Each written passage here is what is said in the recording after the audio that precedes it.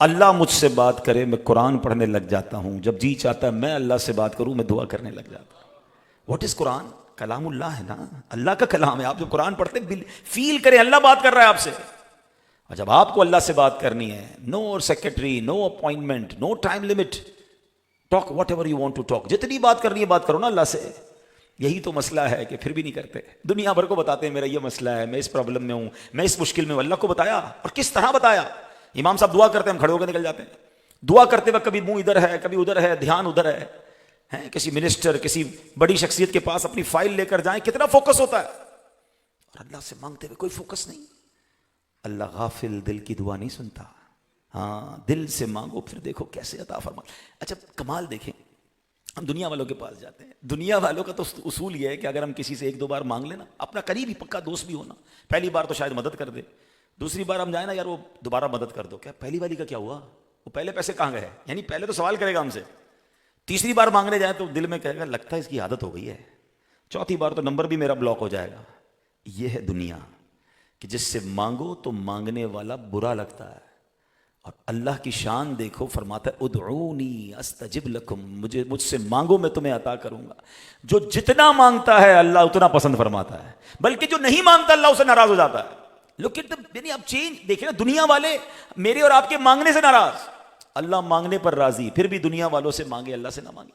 سوچے کتنی بڑی محرومی ہے۔ اور آپ اگر سرکار دو عالم صلی اللہ علیہ وسلم کی سیرت کو دیکھیں نا، حالانکہ نبی پاک علیہ الصلوۃ والسلام سے زیادہ کنیکٹڈ کون ہوگا اللہ پاک سے، مگر قدم قدم پر دعائیں مانگی، قدم قدم پر اللہ سے مانگا۔ اب میں آپ کو سمجھاؤں گا تو آپ کو یاد آ جائے گا کتنا مانگا اللہ سے، کتنی دعائیں۔ اب آپ غور کریں، پیارے آقا کی سیرت پڑھیں تو کھانا کھانے سے پہلے کی دعا یاد ہوں گی آپ میں سے کئیوں، کھانا کھانے کے بعد کی دعا، گھر میں داخل ہونے کی دعا، گھر سے باہر نکلنے کی دعا، آئینہ دیکھنے کی دعا، سرما لگانے کی دعا، پانی پینے کی دعا، سونے کی دعا، جاگنے کے بعد دعا۔ It means each and every step نبی پاک ہر قدم پر اللہ سے بات کر رہے ہیں، ہر قدم پر اللہ سے مانگ رہے ہیں۔ سچ بتائیں صبح سے رات ہو گئی ہے، میں نے آج کتنی بار اللہ سے بات کی ہے، کتنی بار مانگا ہے، پریشان ہوں میں، مسائل ہیں، مگر شیطان مجھے رب سے بات نہیں کرنے دے رہا۔ What is the hurdle between me and my Allah? سوچو نا، کوئی تو وجہ ہے۔ حالانکہ یہ ہمیں بچپن سے پتا ہے کہ پیارے آقا قدم قدم پر دعائیں مانگ رہے تھے، حالانکہ وہ اللہ کے حبیب ہیں، ان پر تو ہر وقت رحمت برس رہی ہے۔ میں تو پہلے ہی گناہگار، پہلے ہی خطا کار، پہلے ہی انبار ہے گناہوں کا، مجھے تو معافی بھی اللہ سے مانگنی ہے، راضی بھی رب کو کرنا ہے، پھر اللہ سے اپنی تمنائیں بھی عرض کرنی ہے، مگر دعا نہیں کرتے۔ یہ آج ایک درود پاک کی فضیلت سمجھا سب کیا سمجھا گئی کہ یقین قلب کے ساتھ، فل کنیکٹیوٹی کے ساتھ، آپ کے تمام جذبات کے ساتھ جب آپ اللہ سے بات کریں گے نا، وہ بڑا کریم ہے، وہ بڑا رحیم ہے۔ اللہ مجھے بھی اور آپ کو بھی خوب دل سے دعا مانگنے کی توفیق عطا فرمائے، دعا سے محبت کر لیں، یقین کریں۔ ہاں دعا کو پہلے تو عبادت سمجھیں، ہم سمجھتے ہیں نماز پوری ہو گئی اب چلو بھائی اجتماع ختم ہو گیا اب دعا میں بعد میں شرکت، نہیں، دعا خود بہت بڑی عبادت ہے، بہت بڑے ثواب کا کام ہے، اور میرا مسئلہ بھی حل دعا سے ہوگا انشاءاللہ۔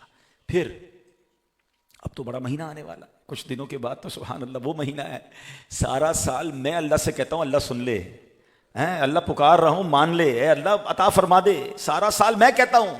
اور حدیثوں میں یہ مضمون ہے کہ رمضان کی راتوں میں آسمان سے صدا لگائی جاتی ہے کوئی مانگنے والا، ہے کوئی مانگنے والا کہ اس کی مراد پوری کی جائے، ہے کوئی توبہ کرنے والا اس کی توبہ قبول کی جائے، ہے کوئی مغفرت کا سوالی اس کی مغفرت کی جائے، ہے کوئی رزق کا سوالی اسے رزق عطا کیا جائے۔ سوچئے تو صحیح، ادھر سے آفر ہے، مگر رمضان کی راتیں بھی ضائع کرتے ہیں لوگ، کوئی کرکٹ کھیلتا ہے، کوئی تاش کھیلتا ہے، کوئی دوستوں میں گھوم پھر رہا ہے، تراویح ضائع ہو رہی ہے۔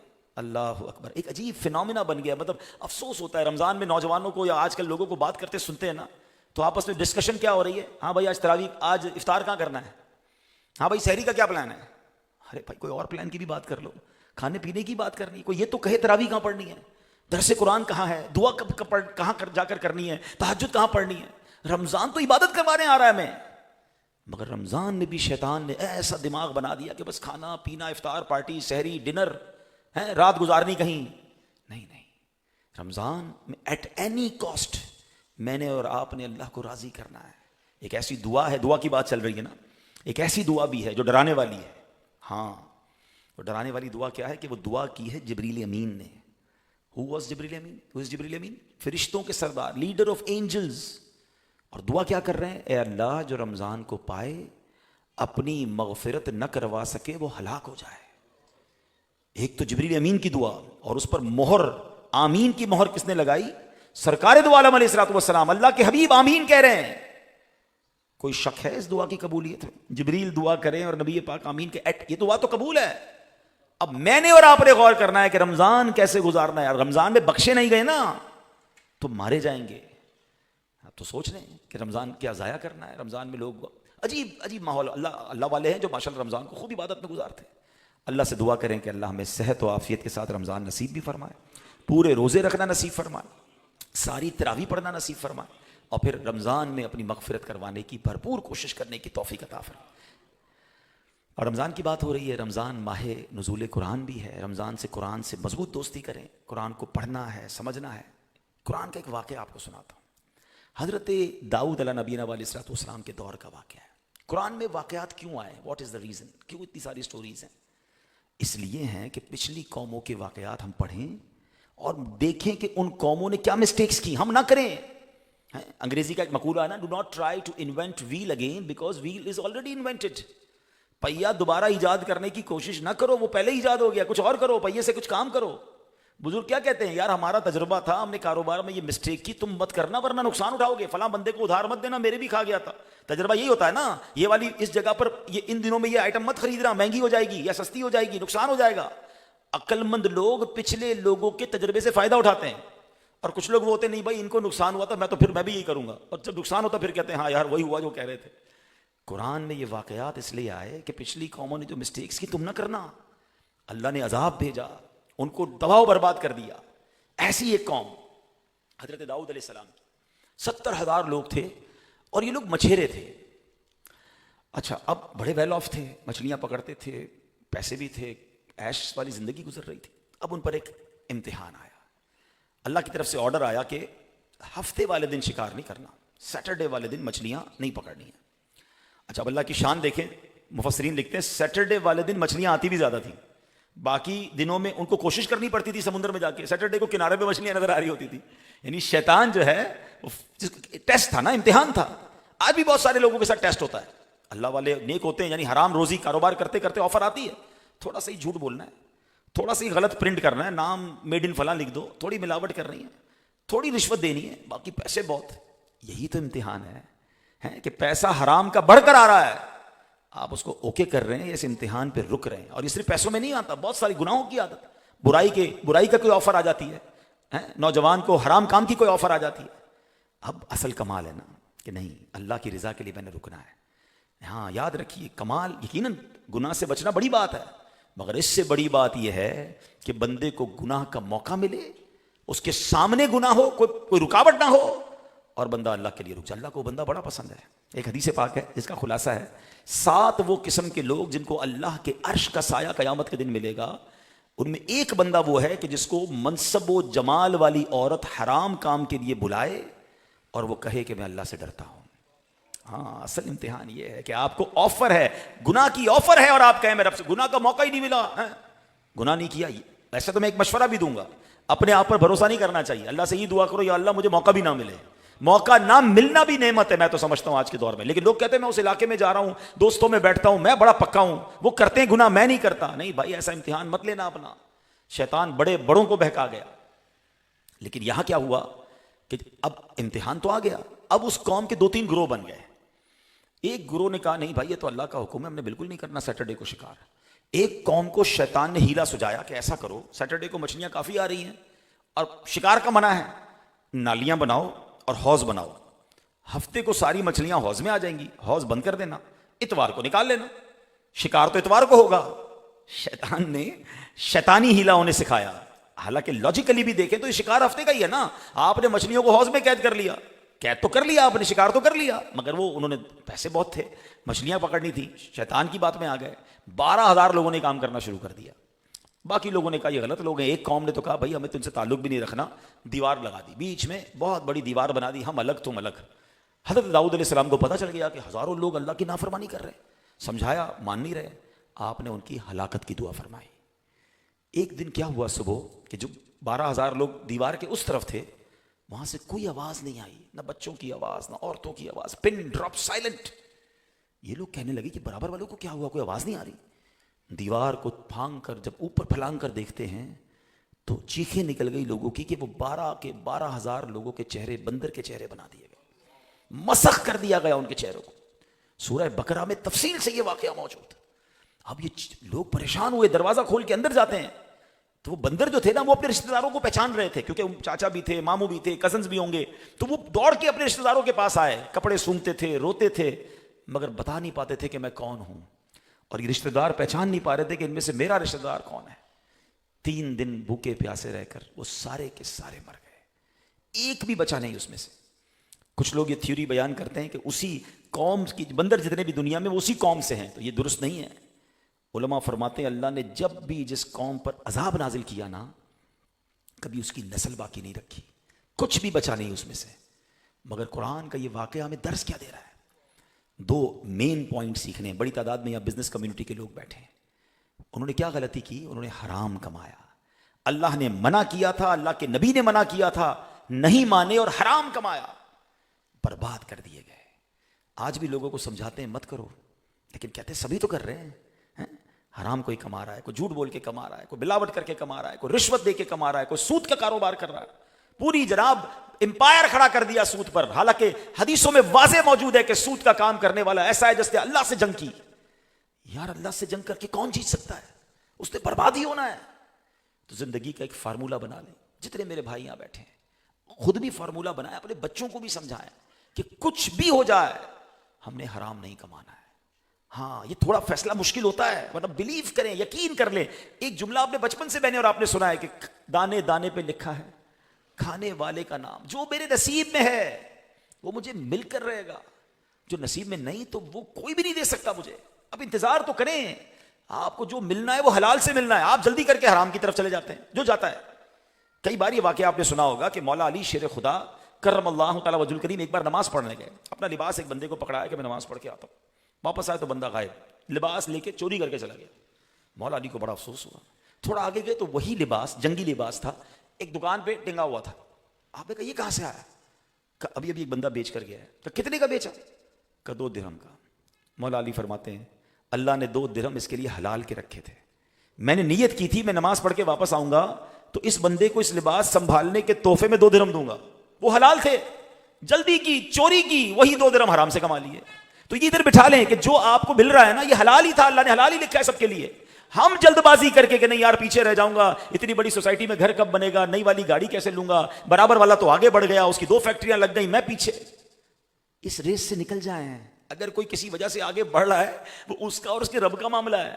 ہاں یہ بھی مجھے تھرمامیٹر نہیں لگانا کہ حلال کما رہا ہے حرام کما رہا ہے. مجھے کس نے آڈٹ پہ بٹھایا ہے بھائی کہ میں لوگوں کی بیلنس شیٹ چیک کروں کہ وہ حلال کماتا ہے حرام, وہ اس کا اور اس کے رب کا معاملہ ہے. مجھے میرا جواب دینا ہے, میں نے حرام نہیں کمانا, کیونکہ حرام روزی اتنا شدید گناہ ہے. آپ سوچیں کہ حرام کمانے والے کی دعا ہی قبول نہیں ہوتی ہے. اگر میں بھی تھوڑی دیر پہلے دعا پر بات کر رہا تھا, میرا اور رب کا کنیکشن ہی ڈسکنٹینیو ہو جائے تو کیا فائدہ اس روزی کا. مولا علی حضرت موسیٰ علیہ نبی علیہ السلام نے ایک شخص کو دیکھا, بڑا رو رہا ہے, بڑا گر گرا رہا ہے, بال بھی بکھرے ہوئے, یا اللہ یا اللہ. حضرت موسیٰ تو اللہ سے بات کرتے تھے نا, کہ یا اللہ یہ اتنا رو رہا ہے اس کی دعا قبول کر. ارشاد ہوا اے موسیٰ یہ اتنا روئے کہ روتے روتے مر جائے, اتنے ہاتھ اٹھائے کہ اس کے ہاتھ آسمان کو چھو جائیں. اے موسیٰ میں نے اس کی دعا قبول نہیں کرنی. کہ یا اللہ وجہ کیا ہے؟ فرمایا موسیٰ جو یہ کھاتا ہے وہ حرام ہے, جو کماتا ہے وہ حرام ہے, جو پہنا ہے وہ حرام ہے. اب بتاؤ نا, اگر میرا رب ہی مجھ سے ناراض ہو جائے, میری دعائی قبول نہ ہو. میں کیلکولیشن ویسے پیش کرتا رہتا ہوں, اللہ کرے کسی کے دل میں اتر جائے بات. ویسے ایک بات بتائیے, دلچسپ بات ہے, ماشاءاللہ اللہ پاک نے نوازا ہے کافی لوگوں کو. آپ نے جتنا آج تک کمایا یا کما رہے ہیں, اپنی ذات پہ کتنے پیسے خرچ کیے؟ اپنی بیوی بچوں کو چھوڑ دیں تھوڑی دیر کے لیے, وہ تو بہت ہی خرچ کرتے ہیں ہمارے, میں آپ کی بات کر رہا ہوں اپنی, میری باڈی پر. ہم تو یار اتنے کپڑے بھی نہیں خریدتے جتنے گھر والے خریدتے ہیں, ٹھیک ہے نا. میری کیلکولیشن ہے, maybe I am wrong, 5%. انسان اپنی زندگی میں اپنی ذات پر, مرد جو کمانے والا ہے وہ مشکل سے 5% اپنی پوری کمائی کا خرچ کرتا ہے. میں وہ بھی زیادہ بول رہا ہوں, جن کے پاس بہت زیادہ وہ حساب کریں گے تو 5 بھی بہت ہو جائے گا, ٹھیک ہے. 5 بولے 1%. اچھا چلو کوئی شوقین بیٹھا ہوگا برانڈیڈ پہننے والا, وہ چلو 10% کر لو گے, اس سے زیادہ نہیں. باقی بچے بیوی بچے خرچ کر جاتے ہیں 25-30%, 40-50-60% تم چھوڑ کے مرتے ہیں. دنیا کا یہ نارملی فارمولا ہے, میں اب نارملائز بات کر رہا ہوں, بڑا جملہ بڑا اہم کہنے جا رہا ہوں, جو پک کر لیں گے نا زندگی بھر یاد رہ جائے گا. 100 کمائے 5 خرچ کیے اپنے اوپر، جواب پورے 100 کا دینا ہے. اگر یہ جملہ یاد کر لو گے نا، اپنے اوپر کتنے خرچ کروں گا 5، کمائے کتنے 100، غلط کمائے تو پورے 100 کی مار پڑے گی. میں کیوں مار کھاؤں بھائی؟ میں کماؤں، میرے بعد سب موج کریں، اور 100 کی مار میں کھاؤں؟ یہ کون سی عقل بندی ہے؟ میں اپنے اوپر خرچ کر رہا ہوں اور باقی سارے لوگ موج. ہاں ایسا نہیں ہوگا قیامت کے دن بندہ کہ یا اللہ باقی تو میں نے خرچ ہی نہیں کیے، میرا تو 5% کی مار مجھے، باقی بچوں بیوی کو. بچے تو کھڑے ہو جائیں گے اللہ کی بارگاہ میں. اللہ ہم نے کب کہا تھا حرام کما کے آنا؟ ہمیں تو باپ ادا کے دیتا تھا، ہم اڑاتے تھے، ہم مزے کرتے تھے. ہاں یہ ساری شاپنگ ہے، یہ ساری چیزیں، سب کا جواب اس کو دینا پڑے گا جس نے غلط کمایا ہوگا. میں کیوں مار کھاؤں بھائی؟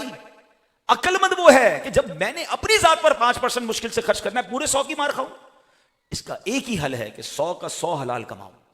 وہ تھوڑا بھی ہوگا وہ برکت والا ہوگا، وہ رحمت والا ہوگا، وہ عافیت والا ہوگا. ایزی کمنگ ایزی گوئنگ ہوتا ہے. اگر آپ کو بہت جلدی جو پیسے لوگ کما رہے ہوتے ہیں، وہ حرام سے کما رہے ہیں، جوئے سے کما رہے ہیں، جس سے بھی کما رہے ہیں، جاتا بھی ایسے ہی ہے. ہاں کبھی رشوت، کبھی بیماری میں چلا جائے گا، کبھی جناب آگ لگ جائے. اللہ پاک حفاظت فرمائے ہمیں، اللہ ہمیں زوال نعمت سے بچائے. حلال فقط یہ سورہ بقرہ کا واقعہ اعلان کر رہا ہے کہ جو اللہ نے منع کیا وہ نہیں چاہیے مجھے. دوسری بڑی اہم بات اس واقعے سے سیکھنے کو ملی، شیطانی ہیلے، شیطانی پلاننگز، یہ بڑی آج کل بھی چل رہی ہیں. نہیں جناب یہ کون کہتا ہے انٹرسٹ ہے؟ سود نہیں ہے، یہ تو پروفٹ ہے، یہ تو انٹرسٹ ہے، یہ تو جائز ہے. دماغ میں الگ الگ پیکنگ کے ذریعے سود آ رہے ہیں، موبائل اپلیکیشنز کے ذریعے الگ الگ کمپنیاں کوئی نہ کوئی اسکیم لے کر آ جاتی ہیں، اور ہم کہتے ہیں یار یہ کہہ رہا ہے نا نہیں ہوگا. یہ کیسے کہہ سکتا ہے بھائی؟ آپ کیسے فیصلہ کر سکتے ہیں کہ کون سا سود ہے نہیں ہے؟ کسی مفتی صاحب سے پوچھا آپ نے؟ کسی عالم دین سے مشورہ کیا آپ نے؟ نہیں. اب بدقسمتی ہے، بولتے ہوئے بھی شرم نہیں مطلب شرم آ رہی ہے کہ ایسے بھی لوگ آئے ہیں سوشل میڈیا پہ جو کہتے ہیں آج کل جو شراب ہے یہ شراب ہی نہیں ہے، یہ تو الکوہل ہے. لعنت اللہ علی الکاذبین. آپ ذرا سوچیں یہ کتنا بڑا گناہ ہے کہ آپ لوگوں کو شراب پہ لگا رہے ہیں. یہی تو شیطانی ہیلے ہیں نا. اچھا نہ جانے کتنے نوجوان اس کو صحیح سمجھ لیں گے، حالانکہ ان کے لیے بھی غلطی ہے کہ وہ پہلے کسی صحیح مفتی سے رابطہ تو کریں. صدیوں سے جو لوگ شراب کہتے رہے، چند لوگ آ کر اس کو، اچھا پردہ تو جناب دل کا پردہ ہوتا ہے. نارملائز کیا جا رہا ہے گناہ، بے پردگی کو عام کرنا ہے نا. پتہ ہے یہ مسلمان ہے، یہ ویسے تو نہیں مانے گا، اس کو پردہ تو دل کا ہوتا ہے.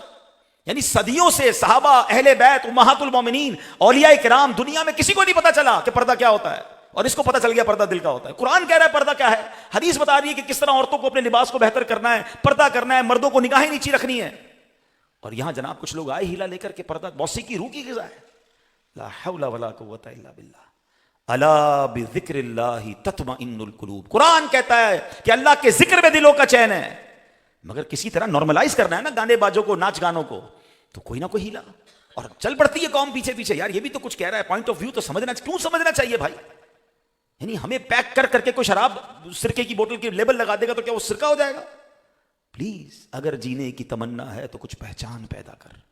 ہمیں علماء کرام سے، مفتیان کرام سے، صحیح العقیدہ عاشقان رسول علماء سے رابطے میں رہنا ہے، اور ان شیطانی ہیلوں سے اپنے آپ کو اور اپنی آنے والی نسلوں کو بچانا ہے. شیطان نے یہ کام شروع سے کیا ہوا ہے.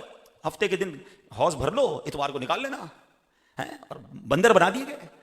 اب ایک بڑا ریلیونٹ سوال، وہ سوال یہ ہے کہ جناب پچھلی قوموں کے واقعات پڑھیں تو ایک قوم نے، قوم لوط نے کیا ایک بدفعلی کی، ایک عمل غلط کیا، پوری قوم کو جبریل امین نے اپنے پروں پہ اٹھا کے پٹخا، تباہ و برباد کر دیا.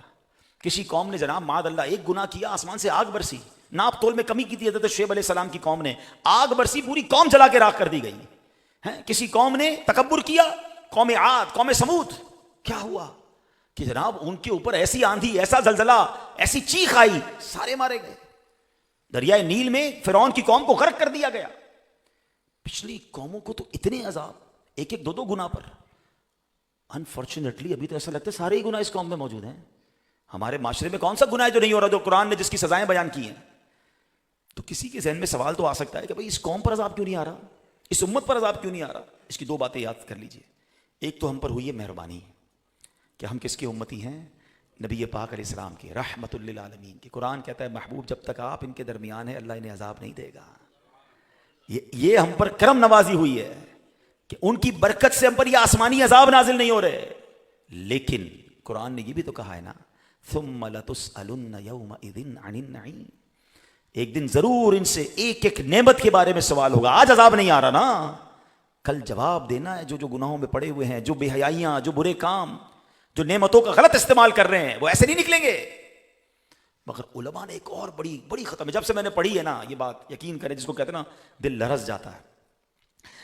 علماء کہتے ہیں اس قوم کا، اس امت کا عذاب چہرے خسف اور مسخ نہیں ہے. پہلے کی قوموں کے عذاب کیا تھے؟ چہرے مسخ اور خسف کر دیے جاتے تھے، بگاڑ دیے جاتے تھے، خنزیر بنا دیا، بندر بنا دیا، تباہ و برباد کر دی گئی قوم. اس امت کا عذاب دل خسف اور مسخ کیے جاتے ہیں. اس امت پر عذاب کیا ہے کہ ان کے دل بگاڑ دیے جاتے ہیں، دل بدل دیے جاتے ہیں، دل برباد کر دیے جاتے ہیں. Now what is the symptoms؟ پتا کیسے چلے کہ میرا دل صحیح ہے یا اللہ نہ کرے دل پر عذاب آ چکا ہے، دل بدل دیا گیا ہے، دل بگڑ گیا ہے، مسخ ہو گیا ہے. قبلہ مفتی احمد یار خان نعیمی رحمۃ اللہ تعالی عظیم مفسر قرآن ہے، تفسیر نعیمی میں لکھتے ہیں اس کی 3 نشانیاں ہیں. آپ ذرا غور سے، میرے وہ بھائی جو یہاں موجود ہیں فیصل آباد میں اور جو مجھے لائیو سن رہے ہیں، سب لوگ چیک کر لیں کہ ان 3 میں سے کوئی ایک نشانی تو نہیں ہے میرے اندر. پہلی نشانی مفتی صاحب لکھتے ہیں جس کا دل بگاڑ دیا گیا، دل مسخ کر دیا گیا، وہ نشانی یہ ہے کہ اطاعت میں دل نہیں لگتا، عبادت میں دل کا نہ لگنا. اب ذرا سب غور کر لیں، کتنی بڑی تعداد ہے ہم میں سے ایسی کہ جب بھی نیکی کی بات کریں تو بوریت فیل ہوتی ہے، تلاوت کریں تو نیند آنے لگتی ہے، نماز پڑھیں تو بھاگنے کو جی چاہتا ہے، مسجد میں جانے کو دل نہیں کرتا. برائی کے اڈے پر آج انہوں نے عرفان بھائی نے یہ درس قرآن کی اب نعت خوانی رکھی ہے، ماشاءاللہ اچھے مہمان آئے ہیں. اللہ نہ کرے اگر آج اس میوزیکل شو رکھتے تو شاید دوستوں کے فون آ رہے ہوتے کہ یار ہمیں بھی نہیں بلایا ہے بھائی. نہیں آتے لوگ اللہ رسول کی بات سننے کے، یعنی اطاعت میں دل ہی نہیں لگ رہا. خود سوچیں کہ یار اگر اللہ کے ذکر میں میرا دل نہیں لگ رہا تو پھر میرے اندر کیا پرابلم آ گئی؟ کیونکہ اللہ تو قرآن میں فرما رہا ہے الا بذکر اللہ تطمئن القلوب، کہ بے شک اللہ کے ذکر میں دلوں کا چین ہے. میرے دل میں چین کیوں نہیں ہے؟ It means there is nothing wrong in Quran, میرے دل میں پرابلم ہے. اگلی نشانی وہ فرما رہے ہیں، میں علاج بھی بتاؤں گا، آگے جا کے علاج بتاتا ہوں. دوسری نشانی مفتی صاحب کہتے ہیں کہ جس کا دل برباد کر دیا گیا، عذاب الہی اس کے دل پر آ چکا ہے، مسخ ہو جاتا ہے جب، تو گناہ کا خوف نہ ہونا. یعنی گناہ ہو جائے تو کوئی خوف نہیں، کوئی تکلیف نہیں ہے، کوئی پچھتاوا نہیں ہے. اور تیسری بات فرماتے ہیں کہ دل کا مسخ ہونا یہ ہے، اس کی تیسری نشانی یہ ہے کہ کسی کی موت پر عبرت نہ حاصل کرنا، موت اور جنازے دیکھ کر بھی عبرت حاصل نہ کرنا. اگر ان تینوں کو تھوڑا سا سمجھتے ہیں نا، ایسا لگتا ہے یہ تینوں تو بہت ساروں میں ہو گیا ہے. اکثر لوگوں کا یہ پرابلم ہو گیا ہے، عبادت میں دل نہیں لگ رہا.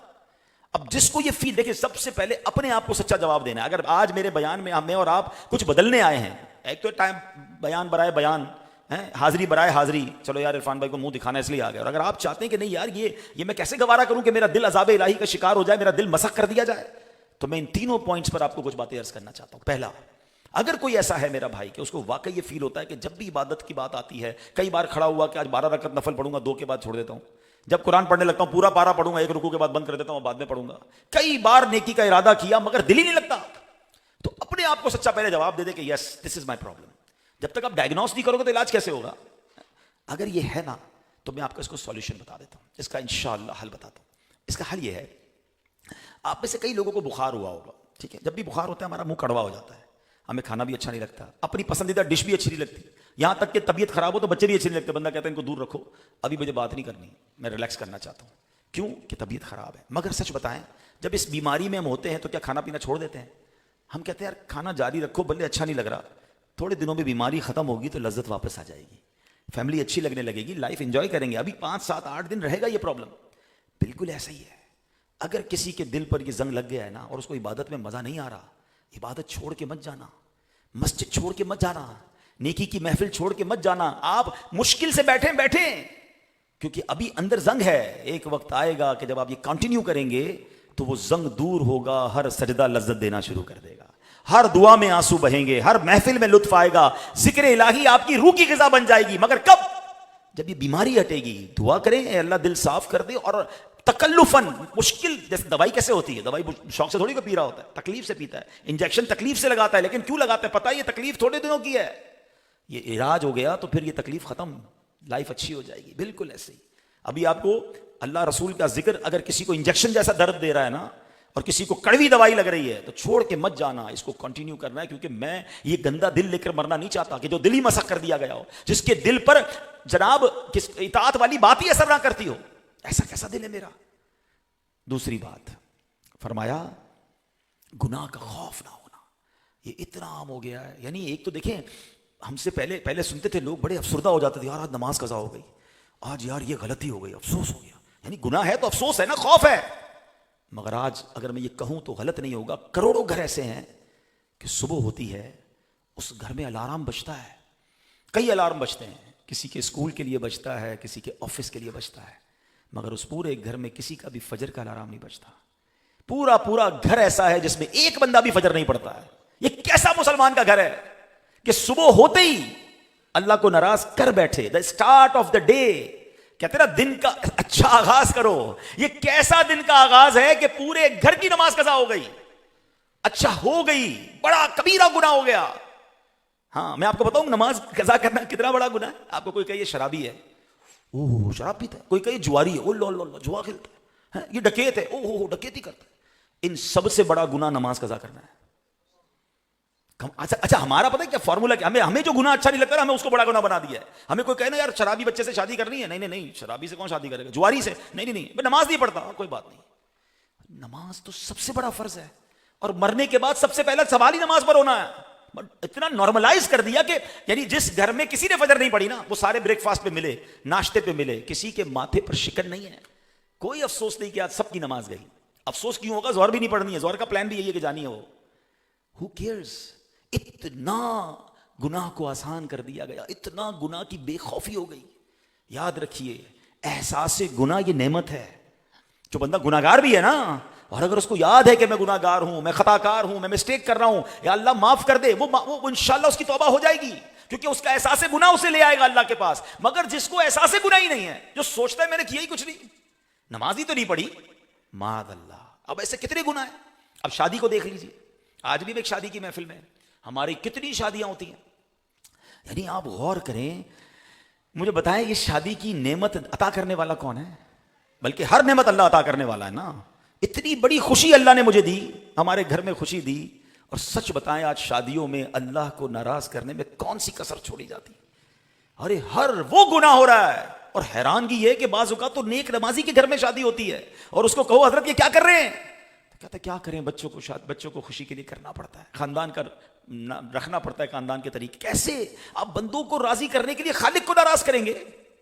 یعنی پہلے تو ہم سنتے تھے بھائی شادی میں 2-3 فنکشن ہو گئے, چلو بھائی شادی مہندی ہو گئی, شادی ہو گئی, ولیمہ ہو گیا, ہم سمجھاتے مہندی مت کرو بھائی, نعت خوانی کر لو. مگر اب تو ایک مہینہ شادی چل رہی ہے. فارم ہاؤس نائٹ, تو گیمنگ نائٹ, تو ہولی نائٹ, تو کلر. اللہ اکبر, کیا ہو گیا ہے؟ آپ کے پاس پیسے ہیں تو اس کا مطلب یہ کہ آپ سارے پیسے حرام میں ڈالیں گے. اس کا بہترین استعمال میں آپ کو بتاتا ہوں. ہمارے بہت اچھے دوست تھے, اللہ نے ان کو بہت نوازا, بلکہ میرے رشتہ دار ہیں, بہت بڑی پارٹی ہے وہ بھی. ان کے بچوں کی شادی ہوئی, میں گیا, انہوں نے ایک ہی پروگرام کیا, کھانا وانا کھلایا. تو میں نے کہا ماشاءاللہ آپ نے ایک ہی پروگرام کیا, بڑا اچھا جواب دیا. کہا عبدالحبیب بھائی میں کروڑوں روپے خرچ کر سکتا ہوں اپنے بچوں کی شادی پر, مگر میرا ایک فارمولہ ہے, جب بھی اپنے بچوں کی شادی کرتا ہوں ایک ہی فنکشن کرتا ہوں, کھانا وانا کھلا دیتا ہوں. کوئی فنکشن سے مراد کھانا کھلا دیا, اور جتنے پیسے بچتے ہیں نا اس سے میں غریب بچوں کی شادیاں کروا دیتا ہوں. وہ جتنے بچے بچیاں ہیں میرے اس بچے کے لیے دعا کرتے ہیں, اللہ ان کی لائف اچھی کر دیتا ہے. دس از دا وے. خرچ کریں نا اچھے کاموں میں. کتنے غریب ہیں جو بیچارے, ہماری بہنیں جو رشتوں کے انتظار میں بیٹھی, ان کے پاس پیسے ہی نہیں ہیں. ہم کرو 1-1 کروڑ روپے گلوکار کو دے دیں گے, 1-1 کروڑ روپے کے فنکشن ایک رات کے لیے ہو رہے ہیں, اور پتہ نہیں کیا کیا لٹا رہے ہیں. کیا جواب دے؟ اچھا پھر خوف بھی نہیں ہے. ابھی دیکھیے ہم نے کیا سنا کہ دل مسخ ہونے کی وجہ یہ بتائی کہ دل گناہ کرنے کے بعد خوف بھی نہ ہو. ارے خوف تو چھوڑے, لوگ تو انجوائے کر رہے ہیں, بلکہ شیئر کر رہے ہیں. ہم جب چھوٹے تھے نا, یہ بزرگ میری بات یاد کر لیں گے, ہم جب چھوٹے تھے نا تو ایک آواز آتی تھی کبھی کبھی نا کہ یار فلاں شادی میں لوگوں نے ناچنے والیاں بلائی ہیں. ہم کہتے تھے باپ رے باپ, اتنے برے لوگ, کہ یہ غلط کام کیا انہوں نے. یعنی اس زمانے میں یہ سن کر لرزہ طاری ہو جاتا تھا.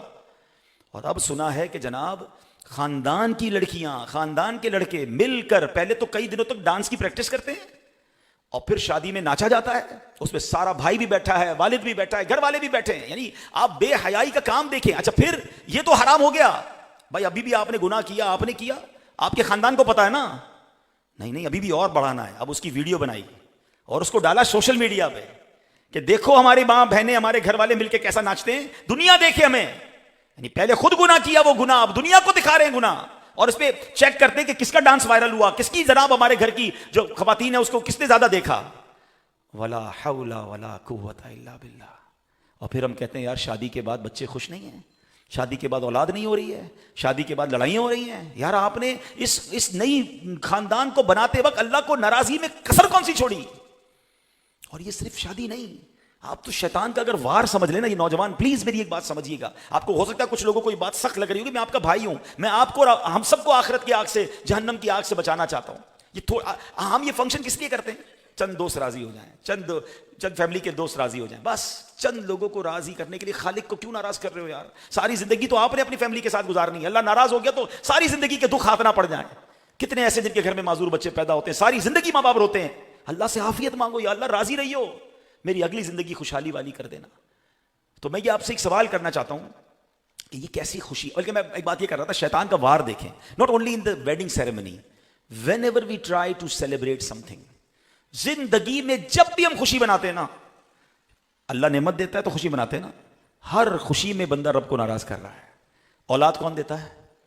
اولاد کی برتھ ڈے پہ کیا ہو رہا ہے؟ کون سا میوزک کا کام, کون سا حرام کام جو نہیں ہو رہا. کاروبار کون دیتا ہے؟ اللہ دے رہا ہے. کاروبار کی اوپننگ سیریمنی پہ کیا ہو رہا ہوتا ہے؟ پلازا بنا رہا ہوں بھائی, شاپنگ سینٹر کی اوپننگ ہے, کیا ہو رہا ہے؟ ناچ گانے میوزک. اچھا گھر کون دیتا ہے؟ اللہ. نئے گھر کی اوپننگ, ماشاءاللہ یہ بھی تو اوپننگ ہے گھر کی, مگر نئے گھر کی اوپننگ پہ بھی غلط. یعنی ہر وہ کام جو رب دے رہا ہے, ہر نعمت پر اللہ کو ناراض ہم کر رہے ہیں, اور عقل نہیں آ رہی کہ کر کیا رہے ہیں. میں صرف ایک سوال کرنا چاہتا ہوں آپ سب سے, وہ کیسی خوشی ہے کہ میں راضی, میرے گھر والے راضی, اور خوشی دینے والا مولا ناراض. یہ بنتی ہے خوشی. خوشی یہ ہے کہ میں بھی راضی, میرے گھر والے بھی راضی, اور خوشی دینے والا میرا مالک بھی راضی. اور اس نے وعدہ کیا ہے, لَإِن شَكَرْتُمْ لَأَزِيدَنَّكُمْ, تم میرا شکر ادا کرو میں تمہیں اور عطا کروں گا. آپ اگر چاہتے میری نعمتیں ملٹیپلائی ہو, میرا کاروبار آگے بڑھے, میری شادی خوشحالی والی شادی ہو جائے, میرا خاندان خوشباش رہے, تو شکر ادا کریں, نافرمانی نہ کریں, صدقہ خیرات دیں, اور غریبوں کی مدد کر دو. پھر دیکھیں اللہ ان کی دعائیں شامل ہوں گی, آپ کی خوشیاں ڈبل ملٹیپلائی ہوتی چلی جائیں گی. یہ شیطان کا وار ہے ہم پر کہ ہماری خوشیوں کو برباد کرنا چاہتا ہے. وہ ہر خوشی میں اللہ کو ناراض کروا دیتا ہے ہم سے. تو دوسرا دل خسف ہونے کی نشانی کیا ہے؟ کہ گناہ پر خوف نہ ہونا. گناہ ہو جائے معافی مانگے, آنسو بہائیں. ہم گناہ گار ہیں, ہم سب سے گناہ ہوتے ہیں, مگر اچھے گناہ گار حدیثوں میں فرمایا کہ جو توبہ کر لیتے ہیں, جو معافی مانگ لیتے ہیں. نبی پاک علیہ السلام کی سیرت میں ملتا ہے اب روز 70 بار استغفار کرتے تھے. ایک روایت کے مطابق 100 بار استغفار. کون؟ جن کے صدقے میں نے اور آپ نے بخشوایا جانا ہے انشاءاللہ. ہمارے آقا کی شفاعت سے ہم تو جائیں گے جنت میں. وہ 100 بار استغفار کریں, اور میری زبان پر ایک بار دن میں معافی نہیں آتی, کیونکہ خیال ہی نہیں ہے نا میں گناہ گار ہوں. پہلے یہ تو لائیں اندر کے میں کتنا برا ہوں. تو وہ دل اچھا نہیں جس میں گناہ کا خوف نہ ہو, اور یہ گناہ پروموٹ نہ کرے. پلیز, میرے اپنے گناہ پہلے ہی بہت ہے, میں کیوں لوگوں کو گناہ اپنے بتاؤں, میں کیوں اس گناہ کو لوگوں کو بھی اس گناہ پہ لگا دوں یار. اپنی تو معافی مانگ لوں پہلے. سوشل میڈیا پر اب تو نیا ایک فینومینا بن گیا ہے. لوگ کہتے ہیں بنا مشہور آدمی وہ ہے, کامیاب وہ ہے, اس کے اتنے فالوور ہیں. چھوٹے چھوٹے بچے یوٹیوبر بن گئے, چھوٹے چھوٹے گھر میں جناب اب ٹک ٹاک اور پتہ نہیں کیا کیا سافٹ ویئر آ گیا. بھائی میرے اتنے فالوور, اتنے میرے ویو. بھائی یہ دیکھو کہ آپ کے ویوز حرام چیز کے ذریعے ہیں یا حلال کے ذریعے ہیں. میں تو الحمدللہ ملتا رہتا ہوں, بعض اوقات ناراض بھی ہو جاتے ہیں مجھ سے سوشل میڈیا انفلوئنسر. میں پھر لائیو کہہ رہا ہوں آپ کو, اگر آپ کے ملینز کروڑوں ویوز ہیں, یہ دیکھ لو یہ کروڑوں ویوز حرام کے ہیں یا حلال کے ہیں. اگر تمہارے ناچ گانے, تمہاری بے حیائی, تمہارے جھوٹ پر تمہیں ویوز مل رہے ہیں, دنیا سے چلے جاؤ گے, یہ ویڈیو چلتی رہے گی, کہیں قیامت تک مارنا پڑتی رہے. کیا کرنا ہے ان ویوز کا یار؟ ہیں حلال بات. اگر واقعی سوشل میڈیا پہ بات کرنی ہے تو کوئی اچھی بات کر لیں, صدقہ جاریہ والی بات. بے شک 5 لوگ دیکھیں, ان 5 کا ثواب آپ کو ملے گا. اور دعوت اسلامی نے تو یہ متھ بھی بریک کر دی ہے کہ لوگ کہتے ہیں نیگیٹو بات کرو تو وائرل ہوتی ہے. آج دیکھیں دعوت اسلامی کے ویوز بعض اوقات ملینز میں ہمارے کلپس جاتے ہیں. کیوں جاتے ہیں؟ جب سچی بات کریں, ستھری کریں, تو آج بھی لوگ دیکھنے والے ہیں. لیکن انشاءاللہ اللہ قبول کرے, اگر قرآن و حدیث کی صحیح بات کسی نے کی ہے اور اس کے کروڑ ویوز بھی ہیں, انشاءاللہ ہر ویو پر اس کو جنت کی ایک نیکی ملے گی انشاءاللہ. وہ دنیا سے چلا بھی گیا تو لوگ دیکھتے رہیں گے, اسے ثواب ملتا رہے گا. ایسا کام کرو نا بھائی. لیکن دماغ نہیں بھائی, شیئر کریں گے, لائک کریں گے, آگے بڑھائیں گے, غلط کام کر کے آگے بڑھائیں گے. گناہ کا خوف دل میں بٹھائیں, ہم نے مرنا ہے. اور جو تیسری بات دل خسف ہونے والی, وہ کیا ہے کہ موت سے عبرت نہ پکڑنا. آس پاس سے جنازے اٹھ رہے ہیں, آس پاس سے. ویسے اگر ایک ہاتھ اٹھائیے, اس پورے مہینے میں آپ میں سے کس کو کسی نہ کسی جنازے کی خبر ملی ہو؟ ایک مہینے کے اندر, صرف اس ایک مہینے میں آپ میں سے کس کو جنازے کی خبر ملی ہے؟ ذرا پیچھے دیکھیں, تقریباً سب کے ہاتھ اٹھے ہیں. کوئی ایسا نہیں ہے جس کو خبر نہ ملی ہو جنازے کی. میں ابھی تھوڑی دیر پہلے ایک جگہ سے فاتحہ پڑھ کے آیا ہوں, ہل گیا, میں خود ہل گیا. اللہ نے بہت نوازا ہے ان کو, اربوں کروڑوں اربوں پتی لوگ ہیں. 23 سال کا نوجوان, کوئی پریئر بیماری نہیں, کوئی بڑا بیماری کا بیک گراؤنڈ نہیں, بخار آیا اور 2-3 دن کے اندر دنیا سے چلا گیا. ہاں بتاؤ یار, والد موجود تھا گھر میں, مگر بیٹا میں نے شادی بولے اس دسمبر میں شادی تھی اس کی, ہیں ساری پلاننگ بیرون ملک پڑھتا تھا وہ, اللہ اس کی مغفرت فرمائے, میں دعا کر کے آیا ہوں, مجھے ہمدردی ہے اس خاندان سے, مگر سبق کب لیں گے یار آپ میں سے, اور یا کئی وہ ہوں گے جو 23 سال سے بڑی عمر کے ہیں, مجھ سے اور آپ سے چھوٹا چلا گیا نا, اس کا مطلب میں بونس میں ہوں, میری کبھی بھی باری آ سکتی ہے. میں کیوں یہ سوچ رہا ہوں وہ چلا گیا میں نہیں جاؤں گا. میں پچھلے جمعے قبرستان گیا تو میں نے اتنی قبر دیکھی. اتنی قبر کس کی ہوتی ہے؟ بچے کی. بچے بھی جا رہے ہیں, نوجوان بھی جا رہے ہیں, بزرگ بھی جا رہے ہیں, آس پاس سے لوگ جا رہے ہیں. میں یہ کیوں نہیں سمجھ رہا کہ میری باری بھی ایسی آنی ہے. اچھا ایک شعر بچپن سے سن رہے تھے, آگاہ اپنی موت سے کوئی بشر نہیں, سامان 100 برس کا ہے, پل کی خبر نہیں. لیکن یہ جو پل کی خبر نہیں ہے نا, یہ اب تو وٹنس ہونا شروع ہو گئی. پہلے سنتے تھے, اب تو دیکھنے میں. اور آپ کیسے CCTV فوٹیج دیکھی ہوگی آپ نے, سوشل میڈیا پہ سب آ گیا اب کہ بیٹھے بیٹھے بندہ گرا اور مر گیا, کام کرتے کرتے کمپیوٹر پہ گرا اور انتقال ہو گیا, تقریر کرتے کرتے. ماشاءاللہ کچھ ایسے بھی علماء تھے درود پاک پڑھتے پڑھتے دنیا سے گئے, لیکن کیسے گئے؟ کرکٹر, فٹ بالر جناب سپورٹس کے میدان میں گر رہے ہیں اور انتقال ہو جاتا ہے. یار سپورٹس مین تو فٹ ہوتا ہے, کولیسٹرول بھی نہیں ہوتا, وہ تو بڑا دوڑتا بھاگتا محنت ورزشی, یہ کیا ہوا, یہ کیسے چلا گیا؟ یہی بات ہمیں سیکھنی. یعنی اب تو آنکھوں سے دیکھ رہے ہیں, پل کی خبر نہیں. ایک سیکنڈ پہلے اس بندے کو نہیں پتا کہ اگلے سیکنڈ میں دنیا سے جا رہا ہوں. اتنا باریک فرق ہے زندگی اور موت میں. پھر ہم کس بات کا انتظار کر رہے ہیں؟ پھر کیوں عبرت نہیں پکڑ رہے؟ وہ بندہ کیسے حرام کما سکتا ہے؟ وہ بندہ کیسے کسی پر زیادتی کر سکتا ہے جس کو پتا ہے مجھے آج کا نہیں پتا میں دنیا میں بستر پر سوؤں گا یا قبر پر سوؤں گا؟ خدا را عقل مند وہ ہے, وہ ایسے جیے کہ میں آج بھی مر سکتا ہوں. آپ کو کوئی کہے جناب آپ کو کبھی بھی فون آئے گا, ایئرپورٹ پہنچنا ہے, آپ کی فلائٹ کبھی بھی ہو سکتی ہے ارجنٹ, عقل مند آدمی کیا کرے گا؟ پاسپورٹ جیب میں رکھے گا اور بیگ گاڑی میں رکھے گا, اپنے ساتھ رکھے گا. کبھی بھی فون آئے گا تو گھر کہاں جاؤں گا بیگ لینے, پاسپورٹ لینے, ایسے ہی نا. وہاں سے تو فون آئے گا کہ فلائٹ کب ہے, یہاں سے تو فون بھی نہیں آنا. تو عقل مند کون ہے کہ پاسپورٹ جیب میں رکھے, ہاں قبر کا پاسپورٹ, ایمان کا پاسپورٹ, اللہ کی رضا والا پاسپورٹ جیب میں رکھے کہ اگر آج بلاوا آ گیا تو کلمہ پڑھتے پڑھتے چلا جاؤں گا. انشاءاللہ قبر میں جاؤں گا تو میرے اللہ بھی راضی, میرا رب بھی راضی ہوگا, میرے حبیب علیہ السلام بھی راضی ہوں گے. ایسی زندگی گزارے نا. مگر ہے ہی نہیں احساس.